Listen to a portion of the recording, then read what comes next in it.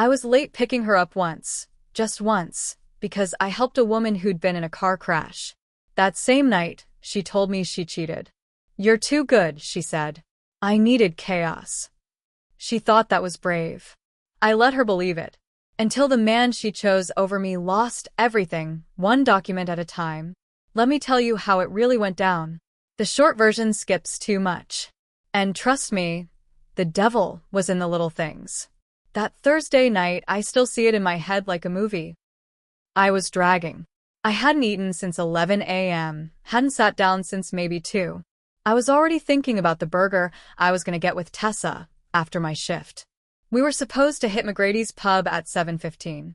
She liked the patio. I liked their beer flights. It was our thing.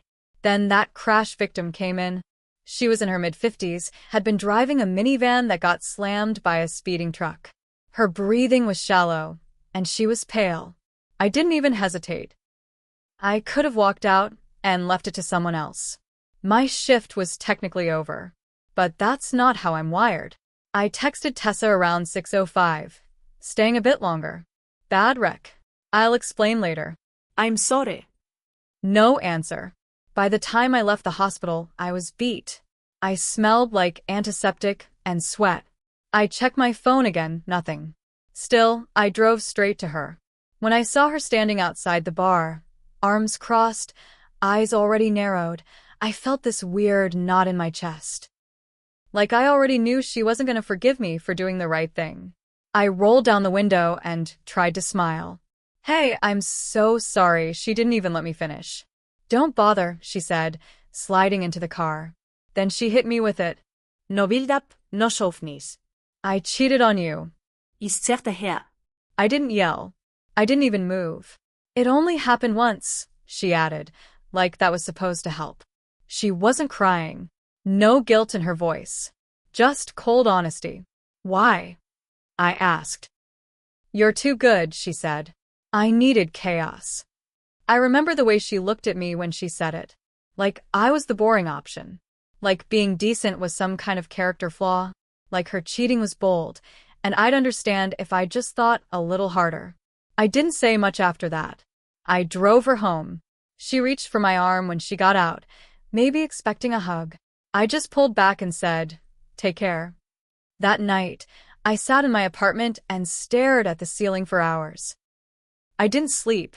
I didn't even drink. I just sat there thinking. The next day, I looked him up. His name was Dean Holloway. She'd been sleeping with him for maybe a month, started after a networking event. He was tall, cocky, had that fake alpha energy that makes dumb people think he's important. I recognized the type instantly. Flashy car. Loud voice. Always talking about money and how everyone else's job was a joke.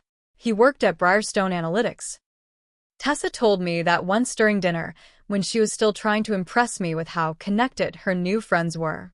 He handled government clients, something in defense contracting.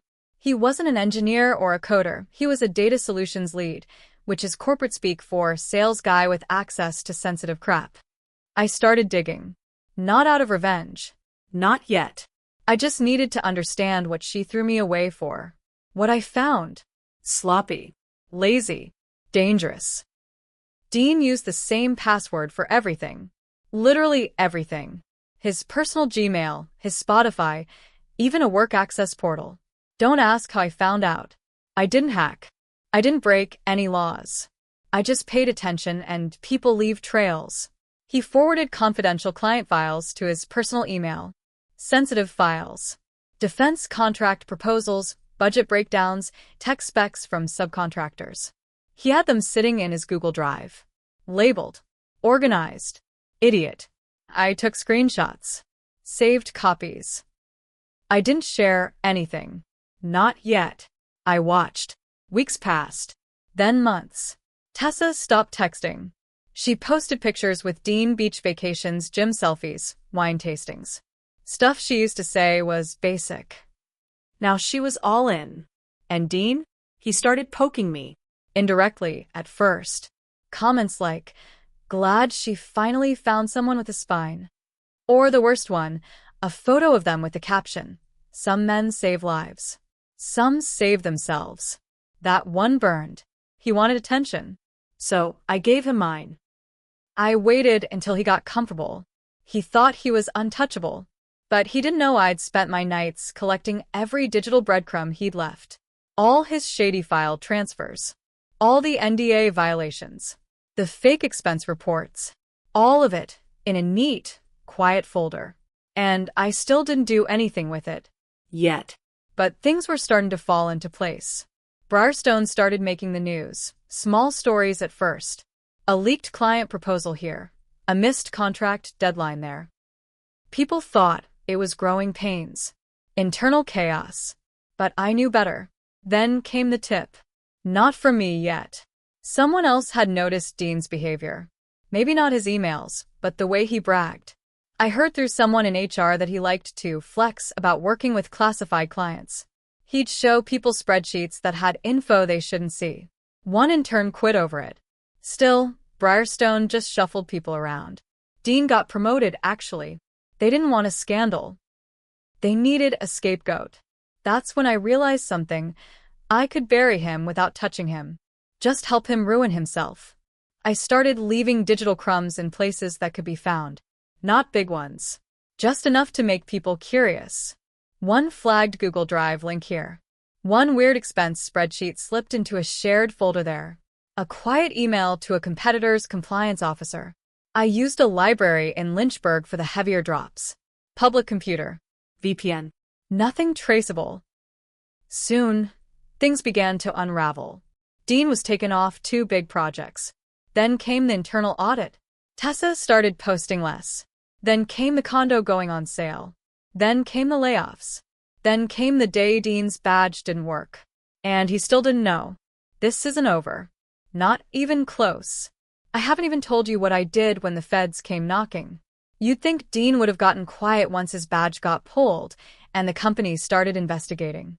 But no, he doubled down. His Instagram got louder. He posted grindset quotes about haters and snakes. Posed next to rented cars, tagging brands he couldn't afford. And Tessa? She was right there next to him, in every photo, like nothing was happening. Like the walls weren't already crumbling. But I knew. And more importantly, I knew what was coming. 2 weeks after Dean's badge stopped working, someone filed a whistleblower complaint with the Department of Defense. With documents. Real ones. Ones that traced straight back to Dean's personal accounts. Ones that showed clear violations of federal security procedures. I made sure to include timestamps and screenshots of him emailing those documents to himself. I didn't forge a thing. I didn't have to. He was that careless.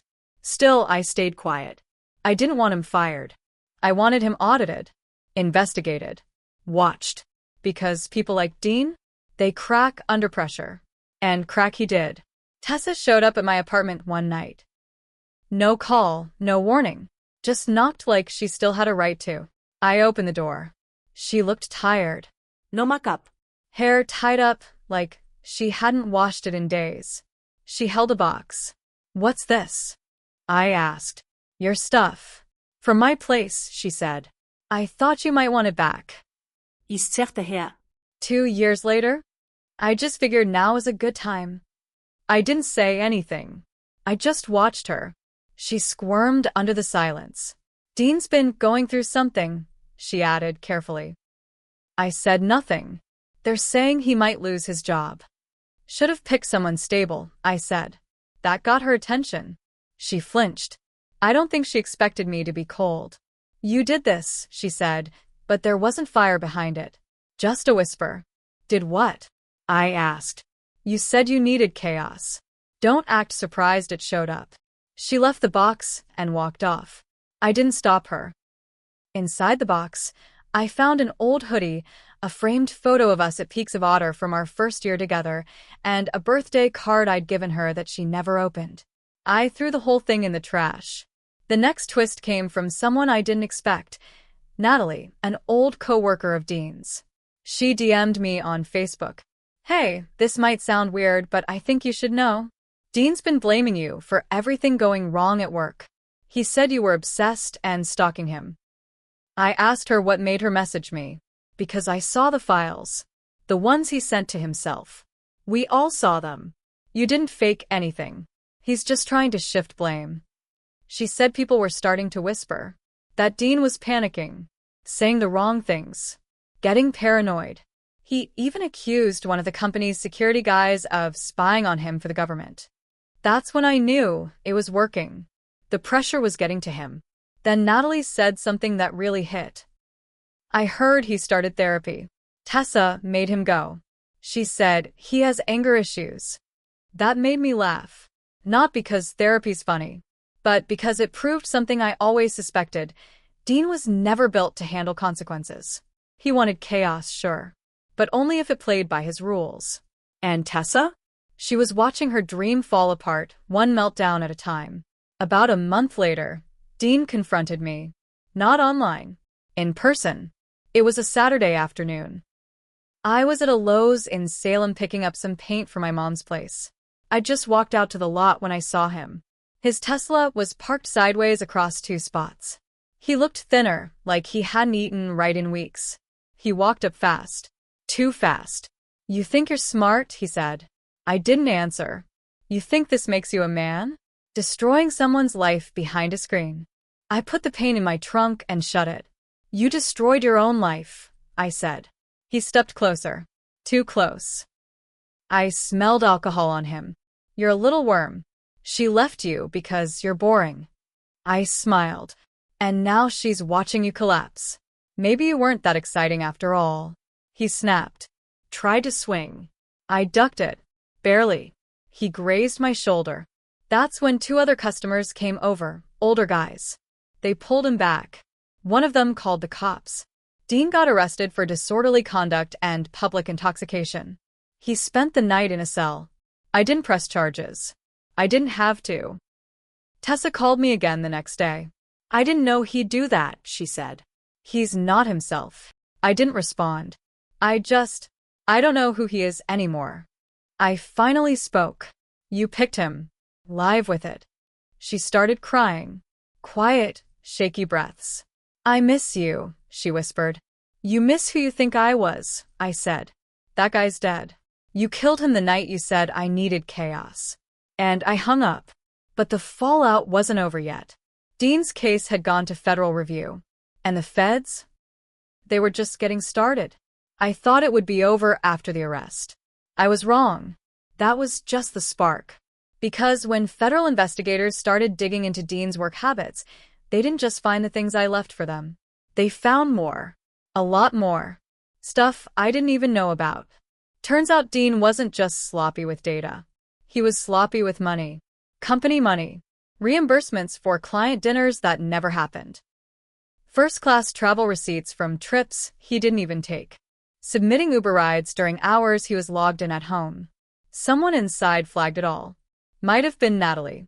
Might have been someone else. I never asked. But once the audit team got involved, it snowballed fast. Dean was placed on unpaid suspension. No warning, no, we'll talk later. Just a call, then a courier showed up to collect his company laptop and badge. His accounts were locked the same day. That was the beginning of the real unraveling. Tessa quit her job not long after. I don't know if she was forced out or just couldn't take the stairs anymore. She'd worked at a PR firm near downtown Roanoke. Her boss was connected to a few of Briarstone's contractors. Word travels fast in the city, especially when it's bad. She started waitressing again. Same place she used to work back in college. I only found out because someone sent me a picture. Her, hair tied back, wearing an apron, serving food to a table that barely looked up at her. The girl who once said she wanted the lifestyle was scraping by. Dean was worse. He started showing up at bars in the middle of the day, telling people he was being targeted by the deep state. Said the government was trying to silence him because he knew too much. One night, he tried to crash a networking event at Hotel Roanoke. Security had to escort him out. He screamed something about whistleblowers and betrayal. Somebody recorded it. It ended up on a Facebook group for local professionals. It got over 6,000 views. His LinkedIn? Gone. His condo? Foreclosed. His credit? Wrecked. But the worst part, the The part that caught even me off guard was what I found in a hidden folder on one of his old Google Drive backups. Something he must have uploaded and forgotten about. It was a photo of a document. A forged NDA with a fake signature from a government analyst. He'd used it to pitch a private consulting gig on the side. Illegal, risky, and now traceable. I didn't touch it right away. I sat with it, thought about it, for weeks, until one night I got an email. No subject, no name, just 3 words. Are you done? I didn't answer it. But the next day, I forwarded the image to the Office of Inspector General, with metadata, timestamps, and a little note that read, "This might be worth your time." Then came the part one didn't expect. I got a call from a number I didn't recognize. It was an investigator, not from the feds, local, private firm. He was hired by one of Briarstone's ex-executives, who was now under scrutiny for hiring Dean in the first place. He wanted to meet. Said he had questions. Background clarity, he called it. We met at a diner. He was polite, sharp, mid-50s, wearing a gray blazer like he'd just walked out of a courtroom. "You were his competition, I take it?" he asked over coffee. "I guess you could say that." "Why'd you start looking into him?" I stared at him. He tried to humiliate me. After he slept with my girlfriend. He nodded. Took notes. "You know, everything you sent in checks out. Nothing illegal on your end." "I know. But that kind of focus, that kind of patience, that's rare." I didn't say anything. He leaned in. "Do you want a job?" I laughed. He didn't. I didn't take it, for the record. Not right away. Because there was still one thing left. Tessa. She still didn't know what really happened. She thought Dean self-destructed. And yeah, he did, but with a little help. So I gave her a gift. An anonymous envelope. No return address. Sent to her apartment. Inside, a stack of printed emails. Forwarded files. Screenshots. The truth. A post-it note on top. "You said you needed chaos. Here's what it looks like up close." She didn't respond. Didn't call. Didn't show up. But she moved out of her place 3 days later. And Dean? He vanished from town. Word is, he's in North Carolina now, working under a fake name, trying to freelance in tech. I can't pass a background check anymore. No one will hire him in defense. He's blacklisted. And Tessa? Last I heard, she's back living with her sister. No car. No job. But me? I sleep fine. And I'm not done yet. There's one more thing I haven't told you. I knew the story was almost done. But I wasn't finished. Not until I had one last thing, the piece that would make the whole thing complete. This wasn't about Dean anymore. Not really. It was about the way people like him and Tessa walked through the world. How they did whatever they wanted and still expected others to clean up the mess. How they called you boring just because you had discipline. How they smiled in your face and spit in your food behind your back. Dean had lost his job, his name, and his mind. That should have been enough. But it wasn't. Because there was still one last place he had power. A podcast. Yeah. 6 months after he got run out of Roanoke, Dean started a podcast on YouTube called The Hollow Way. It was just him and a microphone, talking for an hour each week about the corrupt system, betrayal, and how to stay ahead of the wolves. He blamed the government, former employers, and unnamed enemies for sabotaging a good man. He never said my name, but I knew. Every story was a version of ours, twisted into some paranoid fantasy where he was the victim. He even called one episode, "She Picked Me." He couldn't handle it. He got followers. Not a ton, but enough to feel like he was bouncing back. Donations. Patreon supporters. Discord groups. The whole sad circle. That's when I made the decision. I was going to end it publicly. I sent an email to a journalist who ran a tech ethics blog out of DC, real name, Zoe Parrish. She had written about data leaks, whistleblowers, and fraud cases before. I'd followed her for a year. She had reach, but more important, she had credibility. I sent her a full, organized package. Everything, a timeline of Dean's file breaches, screenshots of his forged NDA testimonies. Yes, I got Natalie to speak anonymously. Dean's podcast clips where he hinted at handling classified data, audio recordings from public events where he went off-script. Zoe asked for a phone call. We spoke for an hour. She fact-checked everything. Took her time. Then one morning she published it. The Chaos You Chose: How One Man's Lies Turned Classified Data into a Podcast Platform. The story blew up. It hit Hacker News, then Reddit, then Twitter. People dug into the hollow way. Someone archived every episode before Dean could delete them. Within 2 days, YouTube took the whole channel down for harmful misinformation and potential national security violations. Patreon froze his funds. His Discord group vanished. But that wasn't the end. Because a day later, a federal compliance notice was filed. Apparently, one of Dean's podcast rants matched a real classified spec discussed in an old client file. And since the DoD had never declassified it, Dean had just admitted, on tape, to distributing federal secrets. That alone was enough to reopen the case. He was arrested 2 weeks later in Asheville, North Carolina, during a live stream interview with a men's empowerment blogger. The feds showed up mid-broadcast. It went viral. Dean's face, shocked, greasy-haired, blinking as agents cuffed him, became a meme for exactly 48 hours before everyone moved on. But me? I saved the clip. Sometimes I still watch it. And Tessa? She resurfaced right after the arrest. Not to apologize. Not even to explain. She posted a blog. A victim blog. She wrote about being used, lied to, and emotionally abused by Dean. Claimed she had no idea what he was doing. Said she was trapped. She made herself the hero. A survivor of a toxic man. It got some sympathy until people started pulling old photos, captions, videos of her hyping Dean up, standing beside him during his rants, calling his followers the real ones. She tried to delete everything. Too late. She became part of the story. Zoe included her in a follow-up piece called Enablers in the Wake, the Ones Who Knew and Looked Away. Her name got dragged. Not by me. I didn't post a word. I just watched. She tried moving to a new town after that. Greenville, I think. But Google never forgets. As for me, I did end up taking that job offer. Not with the private investigator, but through a referral he passed along. A security firm that audits tech companies for insider threats. Now I get paid to find guys like Dean before they get too far. I know all the signs. I know all the shortcuts. And yeah, sometimes I wonder if that makes me cold.